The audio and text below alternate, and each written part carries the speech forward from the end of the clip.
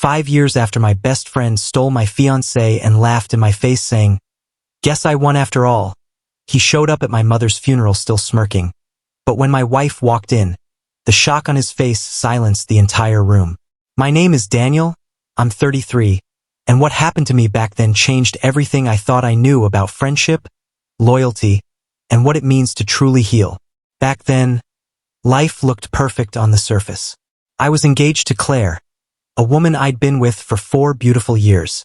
We were 3 months away from our wedding day.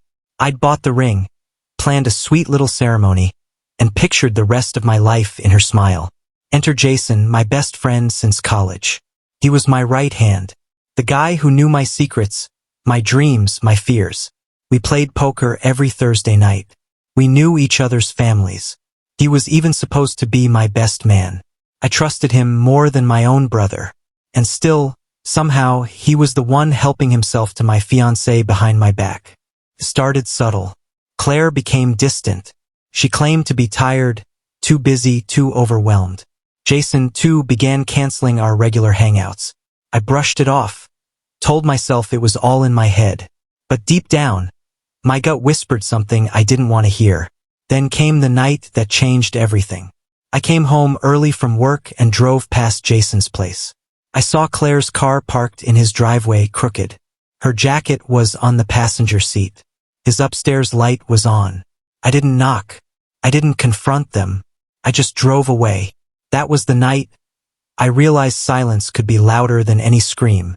The next morning, I packed a bag, turned off my phone, and walked out of that life without saying a word. They tried reaching out, of course. Jason sent a pathetic text saying, "It just happened, man." Claire sent a long paragraph about how they didn't mean to fall in love. I deleted both messages, changed my number, and moved to another city. I rebuilt from nothing.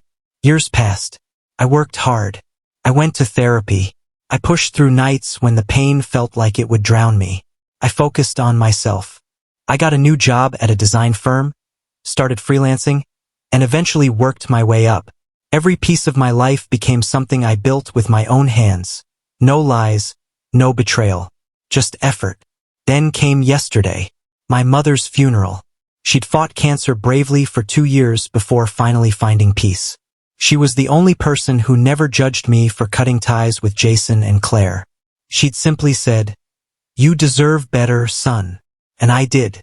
The chapel was quiet, filled with the soft murmur of people mourning. I was standing near the front when I heard the sound of dress shoes on the tile behind me. I turned around and there he was, Jason, dressed in a black suit he probably couldn't afford, wearing that same arrogant smile I remembered too well. And on his arm was Claire, wearing oversized sunglasses like she thought she was at a movie premiere, not a funeral. He leaned in, that familiar smirk stretching across his face, and whispered, "Guess I won after all." For a second, I just looked at him, calm, still. I let him think he'd scored some kind of victory. Then I smiled. "You still renting that 1-bedroom apartment?" I asked, just loud enough for the people around us to hear. He blinked, confused. And that's when the chapel doors opened. My wife, Cecilia, walked in poised, graceful, a quiet storm of elegance. She wore a simple black dress, her hair tied back neatly, her eyes gentle but strong. She walked straight to me, kissed my cheek, and took my hand like she'd been doing it for decades. Jason's smirk faltered. Claire's face turned pale. Cecilia whispered, "You okay?" And I nodded, because in that moment, I realized I'd won without ever playing his game. After the funeral, we drove home in peaceful silence. The kind of silence you only share with someone who truly sees you. Cecilia reached over, squeezed my hand, and said, "You okay?" I smiled. I am now. Because what Jason never knew was that after he and Claire destroyed my life, I didn't collapse. I evolved. I found strength in the ruins. I started from scratch, working late nights, building a career in design, and learning to live without needing validation. Within a few years, I became creative director at one of the top branding agencies on the East Coast. I led a team of 30 brilliant minds. I worked with clients I used to dream about, And that's where I met Cecilia, at a charity event for foster youth. She spilled red wine on my tie, laughed, and I swore I saw my future in that moment. She was smart, kind, grounded, a pediatric surgeon with a heart so big it could heal anyone. When my mother got sick, she sat with her during every chemo session, organized hospice care, and filled my mother's final days with warmth and dignity. That's the woman Jason saw yesterday. And when our eyes met across that chapel, I finally saw regret in his. Real, heavy, unavoidable regret. And that look alone, that 1 second of realization, was worth every bit of the pain he'd caused. A week passed after the funeral. Life began to settle back into routine. Early morning coffee, gym, work, peace. But then one evening, as I wrapped up a call, my phone buzzed. Unknown number. I almost ignored it until I saw the message preview. Hey man, it's Jason. Can we talk? I stared at it for a minute, unsure whether to laugh or delete it. 5 years of silence. And this was how he broke it? Against my better judgment, I replied, "What could you possibly need from me?" His response came quick.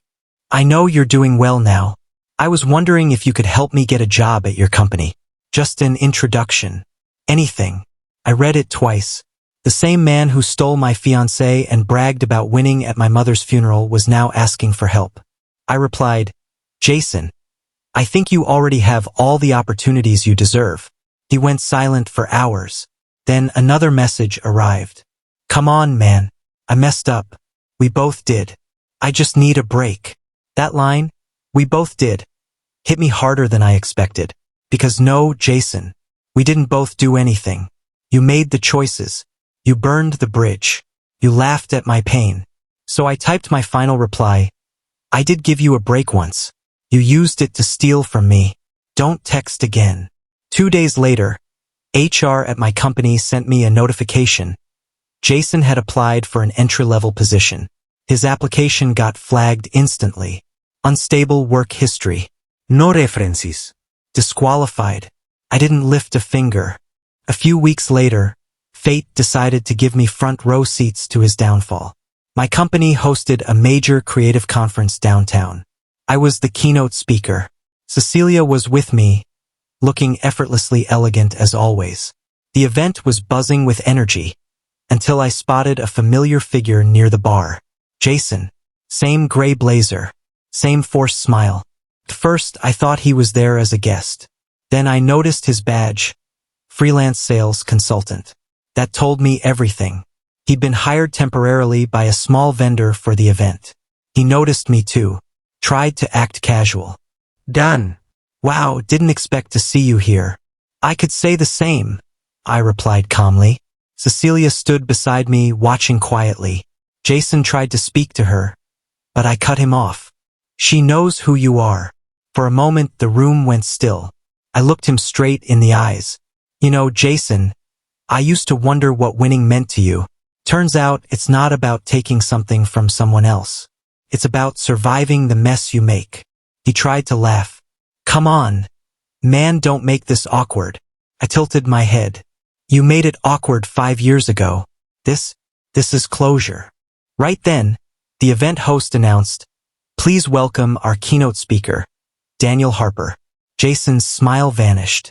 I walked on stage and spoke about leadership, integrity, and trust. My final line was simple: trust isn't given. It's earned daily. And when I said it, my eyes found his. He looked away. A week later, I heard his contract was terminated.